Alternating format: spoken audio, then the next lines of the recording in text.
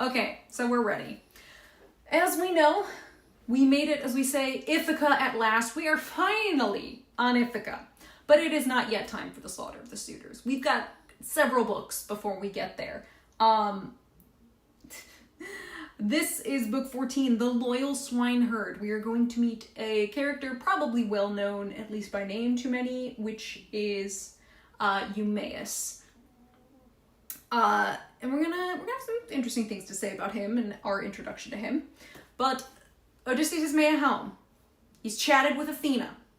He's in disguise. He looks like an old beggar. He got the glam down treatment. Everybody starts spraying Agnes with water. And I'll be real, guys. Book 14, not a lot is going to happen in this book. We're going to do a lot of yapping, but not a lot is going to happen. Even less than was in the previous book. Oh, but like, I'm being very real. But this is important. Does he have a southern accent? Do I have to give it? Okay. Now, well, Eumaeus is not initially from Ithaca. That's the one bit I'll spoil of his backstory. So he might not have an accent, though he's lived there long enough. The Happening Part 2, Electric Boogaloo. Kinda. But obviously, the reason we're going to do a lot of books of setup before the slaughter is because Odysseus needs to suss out the situation. He needs to know what exactly is going on in Ithaca, who stayed loyal, because you can always tell about a person when you're not there and what they say, and think about you when they think it doesn't matter what they say. Melanthius and I think Melanthius and Melantho are going to be my only two who are absolute yeehaws that I'll do. 8 to 9 books. I think it's only 5 or 6, actually.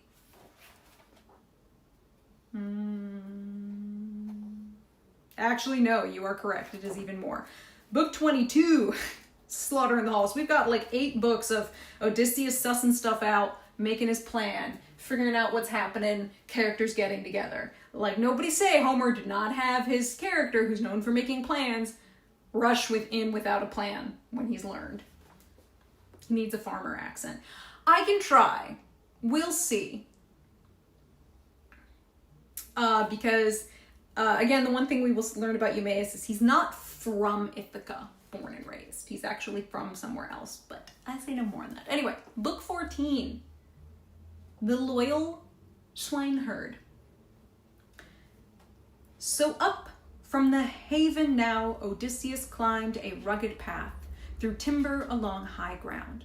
Athena had shown the way to reach the swineherd's place, that fine, loyal man who of all the household hands Odysseus ever had cared the most for his master's worldly goods. Sitting at the door of his lodge, he found him, there in his farmstead, high-walled, broad, and large, with its long view on its cleared rise of ground. The swineherd made those walls with his own hands to enclose the pigs of his master, gone for years. Alone, apart from his queen or old Laertes, he'd built them up of quarried blocks of stone and cooked them well with a fence of wild pear.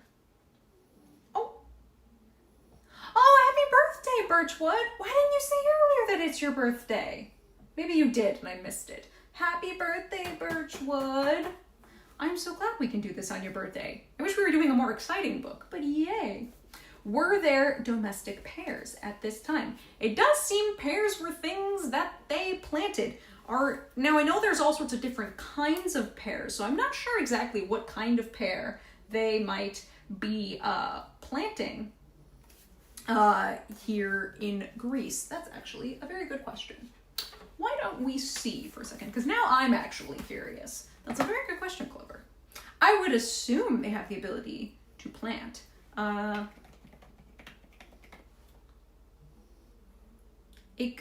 Pears are an important and popular fruit. There are apparently definitely pears, it seems native or popular in Greece, at least now. I would assume these are the same probably types they would have had then.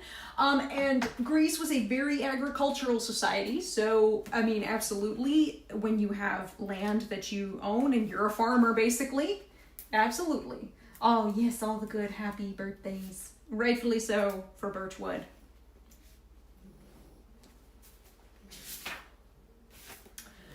Outside, he'd driven stakes in a long-line stockade. A ring of thick-set palings split from an oak's dark heart. Within the yard, he'd built 12 sties, side by side, to bed his pigs, and in each one, 50 brood sows slept aground, penned and kept for breeding. The boars slept outside, but far fewer of them, thanks to the lordly suitors' feasts that kept on thinning the herd and kept the swineherd stepping, sending to town each day the best fat hog in sight. Sorry, my computer's doing something. It keeps pulling up a window that I don't want it to, and I'm like, why are you doing this to me? I'm gonna put it there. I'm gonna bring the chat back in. Sorry, hold on, there we go. Ooh, fix it. There's a parallel here between how Eumaeus' house is built and Alcinous' palace, the walls, the palisade, and the dogs too, which I'm sure is very deliberate from Homer, which likely we won't be able to explain until book 50. But I like that. It's good to know, actually. By now, they were down to 360 head, but guarding them all the time were dogs, like savage beasts, a pack of 4, reared by the swineherd, foreman of men. The man himself was fitting sandals to his feet, carving away at an ox hide, dark and supple. As for his men, 3 were off with their pigs, herding them here or there. Under orders, he'd sent a 4th to town, with hog in tow for the gorging suitors to slaughter off and glut themselves with pork. What does foreman of men mean? Good question. A foreman is essentially like, if you think of construction, your foreman is like the leader of your shift. So the guy who's like your boss, essentially. Foreman of men. So of him and the other men there, he is the one who's in charge of them. He's like the chief swineherd. You know, he bosses all the other guys around. The only person who really bosses him around would be the royal family. Yeah, supervisor. House takes from the same part, but for Polyphemus. Mariana bringing in the fun stuff with the Greek. Yeah, for those who are new, because I know we have at least one new person, Mariana here is our Greek reader. I am Greekless. I never got the chance to study Greek, modern or ancient otherwise, so I'm very bound by translation, though of course I go and read fun stuff that I can, scholarship that'll give me insight into Greek. But Mariana here comes in with all sorts of fun little nuggets, talking about how the Greek text does stuff that we may not be able to see in translation. Was he a servant or a slave? Well, you know what, Agnes? You're predating one of my notes, but let's do it here. That's a good question. So, I will pull up my notes because this is interesting. Because look, Eumaeus has a really interesting backstory, which I will not tell you because we're going to get it in the next book. We're going to have Eumaeus himself tell us his backstory. But Eumaeus is not just a servant. He's not just a swineherd. He is what is known as a doulos. D-O-U-L-O-S. He is a slave.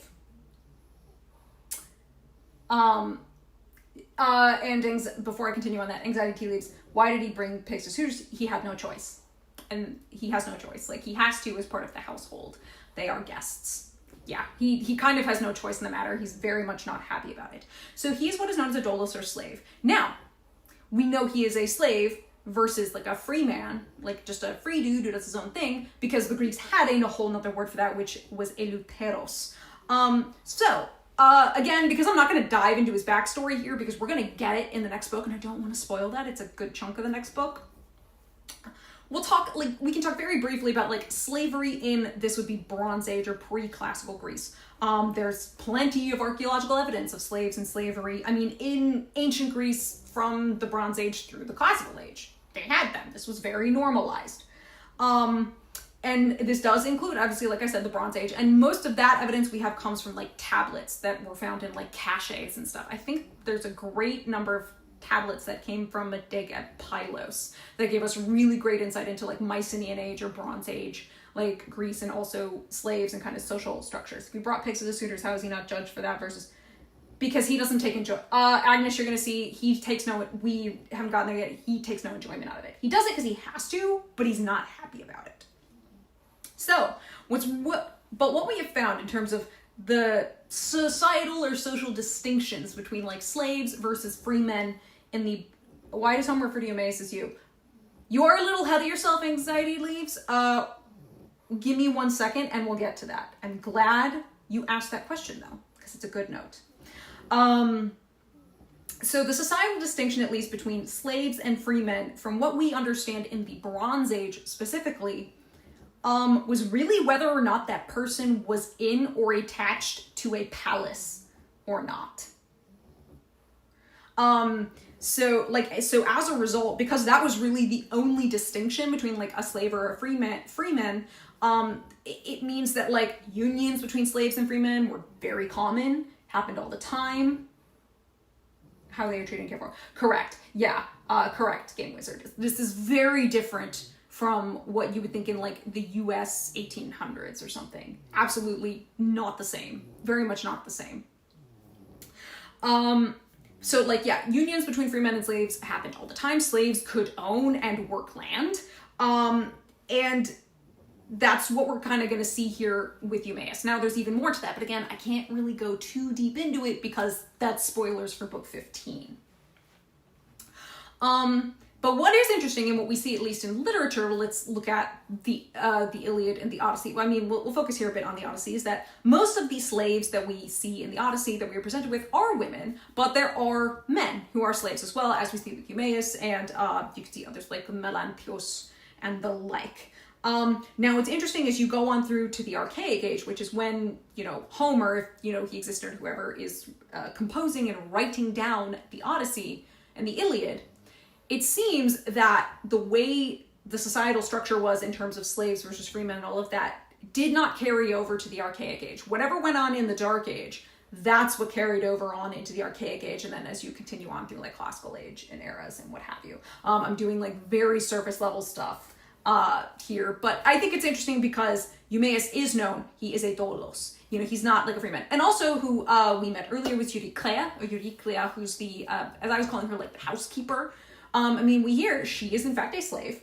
She was purchased by Laertes. He paid to basically have her and come be attached to the home. Were they considered human juridically? Oh, so like in terms of like, they were considered human. Obviously, they are considered human. They may not be considered citizens, especially when you start getting into the Classical Age.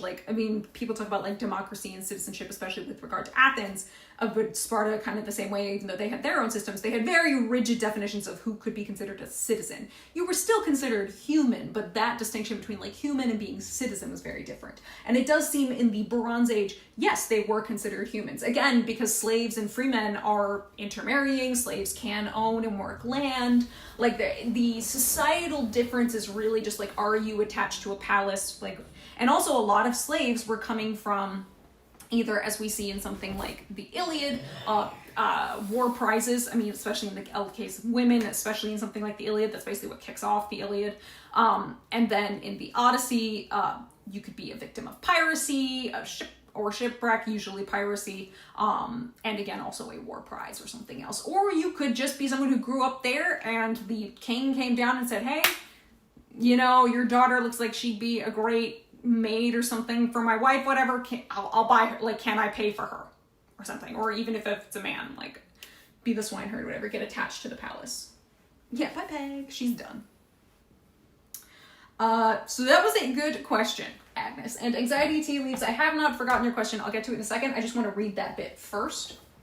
But yes, that is what is interesting about Eumaeus. He is considered asleep, but he is in a unique position, which again, I can't really talk about until I get really to book 15 when we get his backstory, because that's where I can add more understanding, and I don't want to spoil it because there's a good chunk of book 15 is him telling his backstory.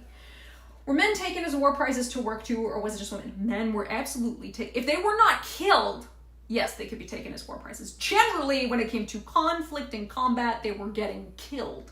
But yes, they could be taken as war prizes, as slaves, essentially.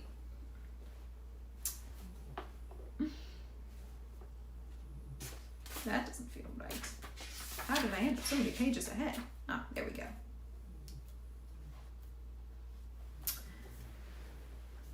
Suddenly, those snarling dogs spotted Odysseus, charged him fast, a shatter of barks. But Odysseus sank to the ground at once. He knew the trick. The staff dropped from his hand, but here and now, on his own farm, he might have taken a shameful mauling. Yes, but the swineherd, quick to move, dashed for the gate, flinging his ox hide down, rushed the dogs with curses, scattered them left and right with flying rocks, and warned his master, "Lucky to be alive, old man.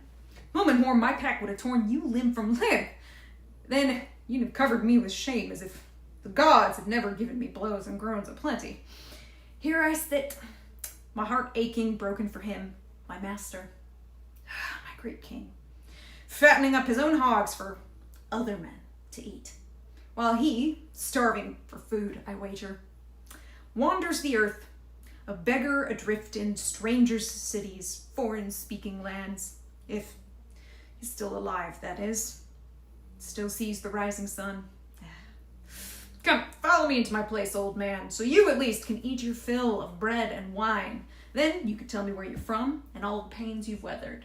And what is that? That is incredible Xenia. Good job, Eumaeus. Excellent Xenia. A beggar, you say? This is good Xenia. You know, he called off his dogs. He's like, hey, you know, like, get out of there. It's fine. Come in, rest your feet. I'll feed you, give you wine, and then you can tell me about yourself. This is good Xenia. Of course Eumaeus has good Xenia. Of course he does. Thank you. I'm trying to do like just a slight hint in there. I don't want it too thick. On that note, the loyal swineherd led the way to his shelter, showed his guest inside, and sat Odysseus down on brush and twigs he piled up for the visitor, flinging over these the skin of a shaggy wild goat, broad and soft, the swineherd's own good bedding. The king, delighted to be so well received, thanked the man at once. My host, may Zeus and the other gods give you your heart's desire for the royal welcome you have shown me here. And you, replied, Eumaeus, loyal swineherd. I'm going to pause here because Anxiety Tea Leaves had asked about why does Homer say, and you, Eumaeus, replied, like speaking in the second person. It's very odd, and it is unique. This is not a translation error. It is something very deliberate by Homer. And the thing is, scholars aren't entirely sure why he does this, but it's not the only time that he does this. He does it a couple times in the Iliad as well, specifically with regards to, I think, Menelaus and I think even Patroclus, but he does it here. And so basically, because scholars don't, I can confirm, yeah, it's very deliberate. And scholars really aren't entirely sure why he does this. And there's been some, you know, like, throwing forth of theorizing, you know, whether it be, is it a decision of metrical convenience? So remember in Greek, this is being written in dactylic hexameter. They're like, is it a convenience to suit the meter?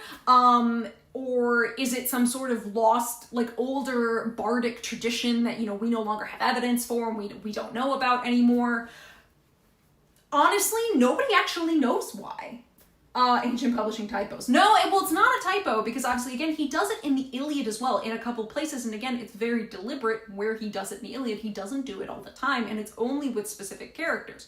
So it's clearly deliberate. We just kind of don't know why. It leaves, trust me, scholars love to theorize why, and most people kind of go on the, maybe it's magical convenience, maybe it's some sort of bardic tradition that, you know, we don't have any evidence about anymore, so, like, we're just kind of like, me. Yeah, Homer does this only for Eumaeus in the Odyssey, and again, in the Iliad, I think it's Menelaus and Patroclus. Those are the only two characters he does it for, and again, it's not always consistent. He only does it sometimes. So that's why 15 times to be exact, yeah. So that's why a lot of people wonder, is this a metrical convenience? But also, if you're only doing it for certain characters, what's the reasoning? But again, because we have no explanation and there's nothing that seems to explain why he did this, we don't really know. It's just kind of a Homer quirk, if you will. because it doesn't have anything to do with epic poetry. It's just a thing Homer does with only certain characters sometimes. IDK. It's the greatest IDK, because even, again, the scholars have, there's no concrete answer. We need to place the audience as the common man to inform perception of the story. Maybe, but then you have to consider the Iliad. Because then why would you do it with Menelaus and or at times I think also Patroclus? Like Menelaus, Patroclus, Achilles, Menelaus, and Apollo in the Iliad, it seems. Okay. I was gonna say I only remembered Menelaus and I was like, and I think Patroclus once or twice, because so it's sort of just like, why these characters specifically? I mean, again, we don't really know. Izzy, you're not that late. We are like only 50 lines in. You're good. So yeah. Menelaus. I have no idea what it's like in English. It's okay. Yeah, it's very strange. So we just kind of don't know. And again, speculation, because he does obviously like to repeat things. And remembering this was an oral tradition, this would have been delivered orally. Again, one of the big things people took, they're like, maybe it's metrical convenience. Like maybe it just suited the meter and suited the way the words were going to be spoken in Greek, but don't know. Big question mark. Does it show humility? I wouldn't say necessarily, because then why would you do it with Apollo, or why would you... Like, again, remembering that he does it in the Iliad as well, it's just sort of like, nothing like that in the Aeneid. No. Virgil doesn't do anything like that in the Aeneid. Yeah, it's an honor to be addressed directly from the poet. Yeah, you'd think so. So that, I mean, and that's, but again, we have no like concrete evidence to give us an exact answer why he does that. So people can really only speculate.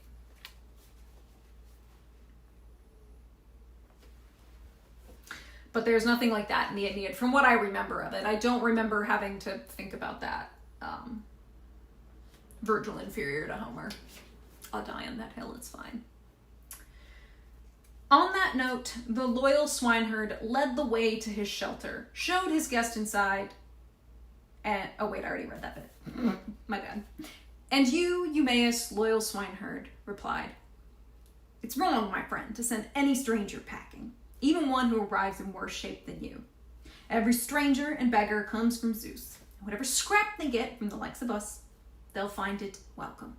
That's the best we can do, we servants. Always cowed by our high and mighty masters, especially our young lords. But my old king, he'd have treated me well. He would, with a house, a plot of land, and a wife he'd gladly prize. Goods that a kind lord will give a household hand who labors for him hard, whose work the gods have sped, just as they speed the work I labor at all day. My master, I tell you, would have repaid me well if he'd grown old, right here. But now he's dead. If only Helen and all her kind had died out too, brought to her knees just as she cuts the legs from under troops of men. My king among them, he went off to the stallion land of Troy to fight the Trojans, save Agamemnon's honor. Enough. He brusquely cinched his belt around his shirt, strode out to the pens, crammed with droves of pigs, picked out 2, bundled them in, and slaughtered both. Singed them, sliced them down, skewered them through, and roasting all to a turn, set them before Odysseus, sizzling hot on the spits. Why to save Agamemnon's honor and not Menelaus's? Because Agamemnon was Menelaus's older brother, and he was the more powerful warlord, and and so you sort of follow the most powerful. The whole plot of the Trojan War. I'm not bitter. No, exactly. That's what he's grumbling. He's bitter. I mean, frankly, if you've been stuck on Ithaca dealing with the shit he has, I think I'd be kind of bitter. If I had to deal with the fucking suitors hanging around for 3 to 5 years, I'd be bitter too. Not gonna lie. I would be grumbling at the Trojan War. I'd be blaming everyone. I don't care whose fault it is or isn't. I would be blaming them all for it, and I'd be so mad. Because what we're going to have to remember is that what the suitors are doing is essentially an assault. It's assault upon Penelope, upon Telemachus, and upon all of the household staff who are rightfully remaining loyal. So it's just, Yeah, but as why to save Agamemnon's honor, it's because he was the most powerful of the warlords, and it's saying that, like, we went there because Menelaus was his younger brother, that, like, if Menelaus had not had such a powerful older brother, and, you know, had also not come from such a powerful city-state, they all wouldn't have had to go, and also because it's Agamemnon who sent the envoys, Palamedes, and not Menelaus who did it. So, why 2 pigs for just him and Odysseus? Even extremely lean small pigs would still give you at least 80 pounds of meat. He's being a really good host. It's just extremely good, Xenia. Also, he's doing it so, like, what he cooks, part will go to the gods as well. But it's just extremely good, Xenia. He's really showing, like, I'm giving you something really good, and I'm doing my best to be a really good host, even with what little he has. And yeah, maybe piglets. They were probably, again, very small and young for this case. Then coating the meat with white barley groats and mixing honeyed wine in a carved wooden bowl, he sat down across from his guest, inviting warmly. Eat up now, my friend. It's all we slaves have got, scrawny pork, while the suitors eat the fatted hogs. No fear of the gods in their hard hearts. No mercy. Trust me, the blessed gods have no love for crime. They honor justice. Honor the decent acts of men, even cutthroat bandits who raid foreign parts. And Zeus grants them a healthy share of plunder, ships filled to the brim, and back they head for home. Even their dark hearts are stalked by the dread of vengeance. But the suitors know. They've caught some god-sent rumor of Master's grisly death. That's why they have no mind to do their courting fairly or go back in peace. At their royal ease they devour all his goods. Brazen rascals never spare a scrap.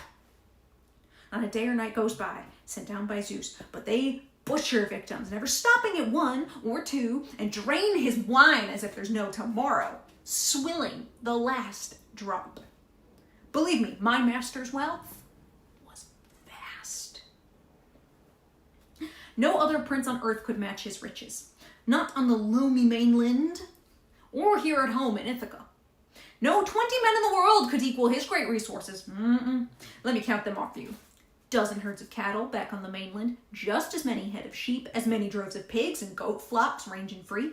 Hired hands of his own herdsmen, keep them grazing here. Here in Ithaca, goat flocks, 11 in all, scattered to graze the island, out of the wild, and trusty goat herds watch their every move. And each herdsman day after day, it never ends, driving the beast from the suitors. Best in sight, a sheep or well-fed goat. While I tend to these pigs, I guard them. Pick the best for those carousers and send it to the slaughter. His voice rose, while the stranger ate his meat and drank his wine, ravenous, bolting it all down. Silence.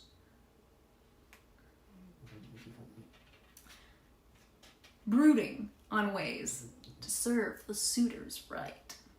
But once he'd supped and refreshed himself with food, he filled the wooden bowl he'd been drinking from, brimmed it with wine, and passed it to his host, who received the offer gladly. Spirit cheered as the stranger probed him now with winging words. Friend, who is the man who brought you with his goods, the master of such vast... Oh, wait. The stranger probed him now. Oh, this was supposed to be Odysseus. My bad, I was doing the wrong voice. Him. Friend, who was the man who brought you with his goods? The master of such vast riches, powerful, as you say. You tell me he died defending Agamemnon's honor. What's his name? I just might know such a man. Zeus would know, the other deathless gods, if I ever saw him. If I bring you any news, I've rubbed the whole earth over. And the good swineherd answered, foreman of men. Old friend, no wanderer landing here with news of him is likely to win his wife and dear son over. Random drifters, hungry for bed and board, lie through their teeth and swallow back the truth. Why, any tramp washed up on Ithaca's shores scurries right to my mistress, babbling lies. And she... Is this the false Cretan voice? I forgot. This is what I'm listening to me, my old man Odysseus voice, because he hasn't had his old man voice yet. But he's going to sound like he chain smokes forever. So here's the tea. Oh yeah, no, you may have spilled all the tea. We found the right person to give us the tea, give it to us straight, and to get us an ally. Well, tramp word mention. Okay, well, this isn't tramp like you're talking about a woman. You're talking like a tramp, essentially like a hobo. He says basically any person who washes up. It's a bad name for an unhoused person, basically. Oh, Eumaeus has been holding this in. He's been waiting to have someone he can just like dump all this on, which he found the right person. Yeah, like Lady and the Tramp kind of thing, yeah. Babbling lies, she's so kindly pressed for details, and the warm tears of grief come trickling down her cheeks. The loyal wife's way when her husband's died abroad. Even you, old codger, could rig up some fine tale, and soon enough, I'd say, if they gave you shirt and clothing for your pains. My master? No doubt the dogs and wheeling birds have ripped the skin from his ribs by now. His life is through. Or fish have picked him clean at sea. And the man's bones lie piled up on the mainland, buried deep in sand. Would the drifters not receive food and board as part of the good Xenia anyway? Why lie? Because you want an audience with the king or queen, and you want to be even better treated, and you can stay even longer, and you want to get like even more gifts, essentially. Like, yeah, you will get basic Xenia, but it's like, oh, now I'm getting an audience with the queen, I'm being treated even better, I might be given the better wine, the better food. Like, it's essentially, yeah, it's grifting. It's taking the rules and using them to grift and get more out of a situation that you might have normally gotten. It's for similar to suitor status. Yeah, you're abusing this social norm, this moral and ethical code, essentially. He's dead and gone. Aye, leaving a broken heart for loved ones left behind. For me, most of all. Never another master kind as he. I'll never find one, no matter where I go. Not even if I went back to my mother and father, the house where I was born and my parents reared me once. As much as I grieve for them, much as I long to lay my eyes on them, set foot on the old soil, it's longing for him, that wrings my heart. Odysseus, lost and gone. That man, old friend, far away as he is, I can scarcely bear to say his name out loud. So deeply he loved me, he cared for me. So deeply, worlds away as he is, I call him master, brother. Okay, I want to note, again, I can only say so much because book 15 is where we're going to understand why he's speaking the way that he is, why he clearly is set up the way he is. Calling him master and then brother. A slave would normally not do this. But Eumaeus is in a unique position even for a dolos. And again, this ties to his backstory, which I can't mention here because we're going to get it in the next book. So any questions you might have on why is Eumaeus speaking, maybe why is he calling Odysseus brother, XYZ, hold on to those, hold on to them for book 15, because that's going to explain everything. And the only reason I don't want to spoil it is because we're going to give him the chance to tell the story in book 15. If we weren't going to have such a nice section of book 15 devoted to Eumaeus telling you his story, I would just spoil it right now. But we are going to get it in the next book. We're going to learn even more about Eumaeus in the next book. We're just setting him up here. My friend, the great Odysseus, long in exile, answered, since you are dead certain, since you still insist, he's never coming back. Still, the soul of denial. I won't simply say it. On my oath, I swear. Odysseus is on his way. Reward for such good news? Let me have it the moment he sets foot in his own home. Dress me in shirt and cloak, in handsome clothes. For then, poor as I am, I wouldn't take a thing. I hate the man like the very gates of death who, ground down by poverty, stoops to peddling lies. The Fate series of Greek heroes, what is that called? Like Fate Stay Nights and all of those things. It's an anime series, right? I've heard of it. I've never investigated it though, but I've seen it mentioned several times in comments. Gruffles. It's a great name. So yes, I'm aware of it, but I've never gone to look at any of the designs, I don't think. And I never watched it. Yeah, old Odie said, bet. Old Odie says, you know what, bet. And not only that, don't reward me till he's home. I see you, Odysseus. Yeah. But also that is the big thing, is usually that like stooping and peddling lies. You know, if you come in and abuse Xenia in that way and you tell lies of the outer world, that's not good. That's not good, Xenia. It's not good, Xenia, on the part of the guest.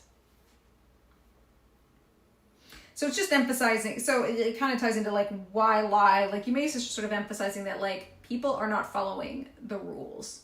You know, people are violating this one moral code, which is, you know, in a lot of literature you talk about how the state of the realm or the state of the king reflects the state of the realm.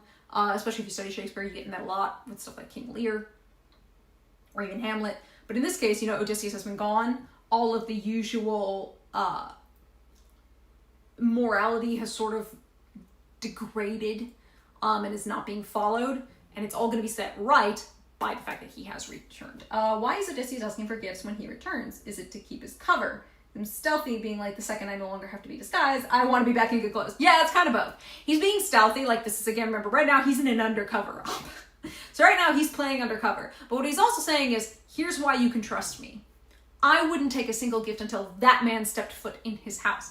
But it's also him kind of, you can say, entertaining himself. You know, he's having to tell the story, but he's like, you know what, yeah, not until Odysseus steps foot back in his house. Little did they know that I am Odysseus. Like, he is sort of having fun with himself at the same time, but he's also keeping his deep cover, if you will. But he's also trying to get Eumaeus even more to, like, trust him when Eumaeus doesn't know who he is yet, because he's in disguise. He's unrecognizable in the state that he's in. He's trying to say, look, I get it. You know what? And that's messed up that people violate Xenia like that. So you know what? I'll tell you this, and I don't want a single thing in return until that man steps back into his own house. I'm Batman. Yeah. Odysseus would win Love Island. You're treating... I appreciate the social contract of be hospitable and don't abuse people's kindness. Yeah, and it goes both ways. Exactly. Yeah, that's why I said, like, the thing about Xenia is we talk a lot about host to guest, but guest to host was an important part of the social contract as well, which is why what the suitors are doing is awful. Bro think he's slick. He, in fact, is slick. Oh yeah, he's got, this is Odysseus literally being like, oh yeah, it's all coming together. Like,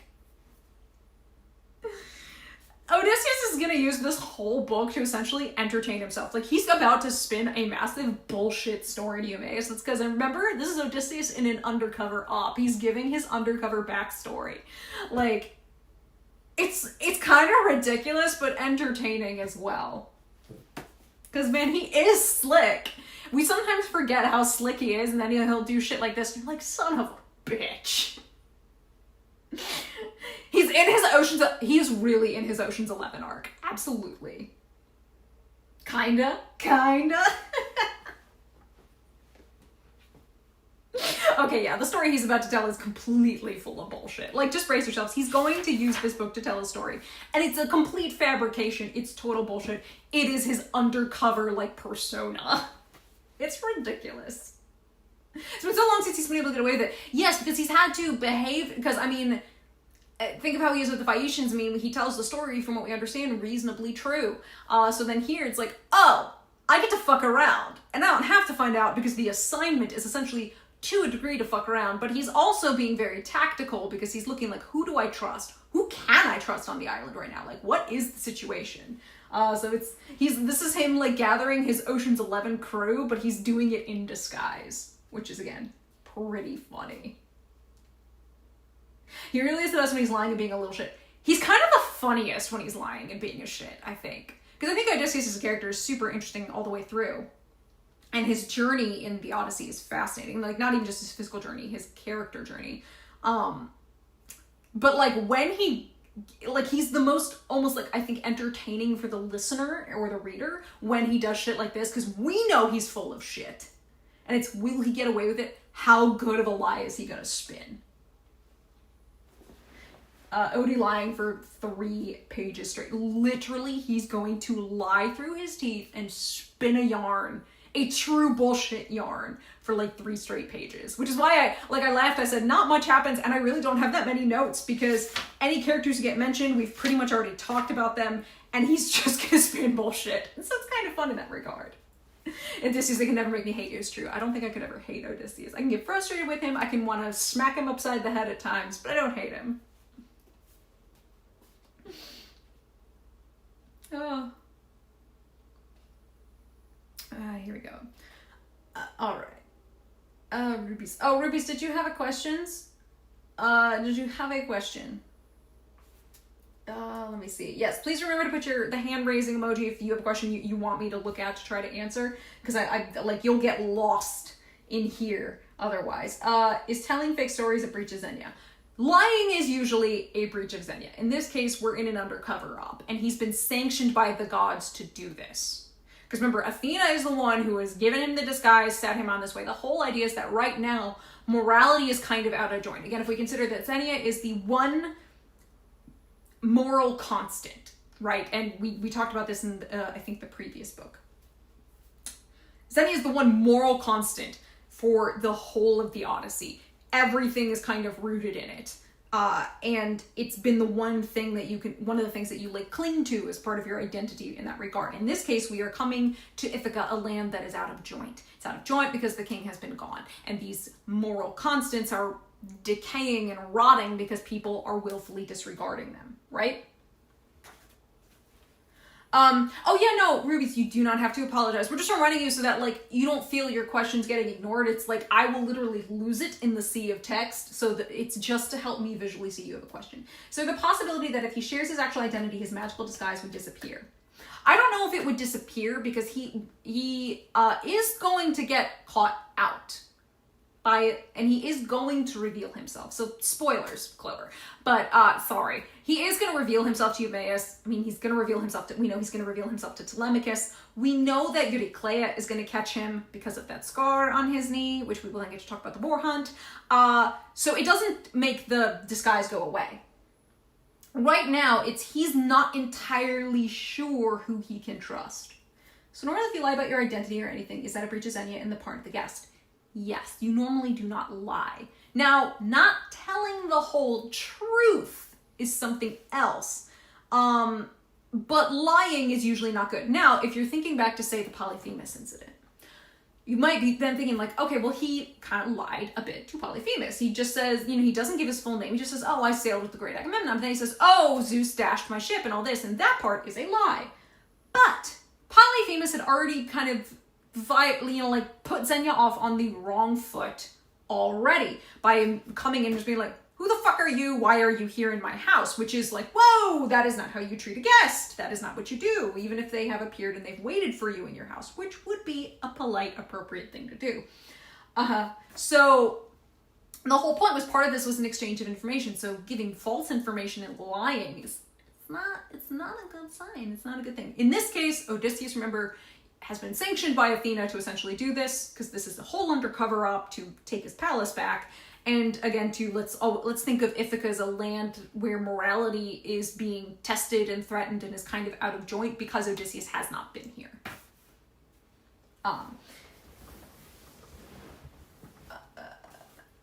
Yeah, as Mariana was saying, you're supposed to not have malicious host-guest interactions. You'd be a pirate as a guest if you do that. Yeah, pretty much. You wouldn't be a good guest. You'd be violating Xenia. So yeah, so remember the thing about Xenia is it goes both ways.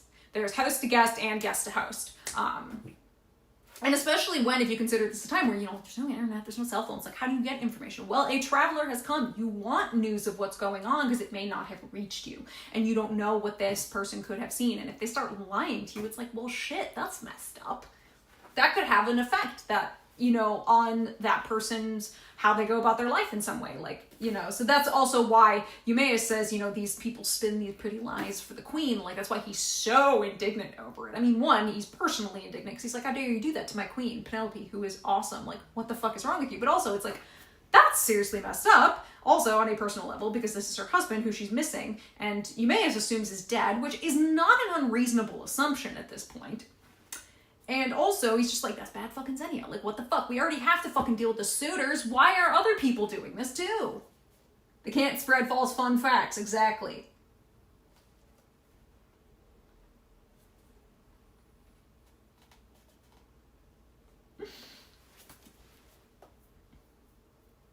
Where are we? I swear by Zeus, the first of all the gods, by this table of hospitality here, my host, by Odysseus' hearth, where I have come for help, all will come to pass. I swear, exactly as I say. True, this very month. Just as the old moon dies and the new moon rises into life, Odysseus will return. He will come home and take revenge on any man who offends his wedded wife and princely son. It's a very tough voice to do, I'm also realizing. To turn this on. Can we still hear me now that I've turned this on? Sorry, I realized I wanted this because I knew I was going to be doing a voice. Sounds like Naruto. So is that Odysseus putting a date to his revenge plan? Kind of, but he's really just saying this is happening soon. Like, you've been waiting so long, you're not going to have to wait much longer.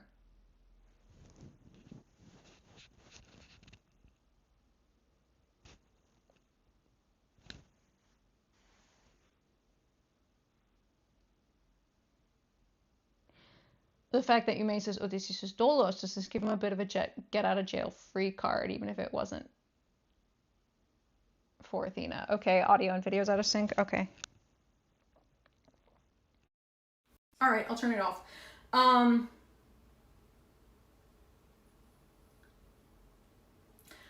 It's not so much... The fact that he's the Dolos doesn't really affect... Again, the societal difference between a Dolos and a free man was really the connection to a palace. So... It's really more that he's got the get-out-of-jail-free card, and also more that, like, morality, again, is kind of out of sync. Is everything still out of sync? Well, I say out of sync. I meant out of joint. Audio and video are still out of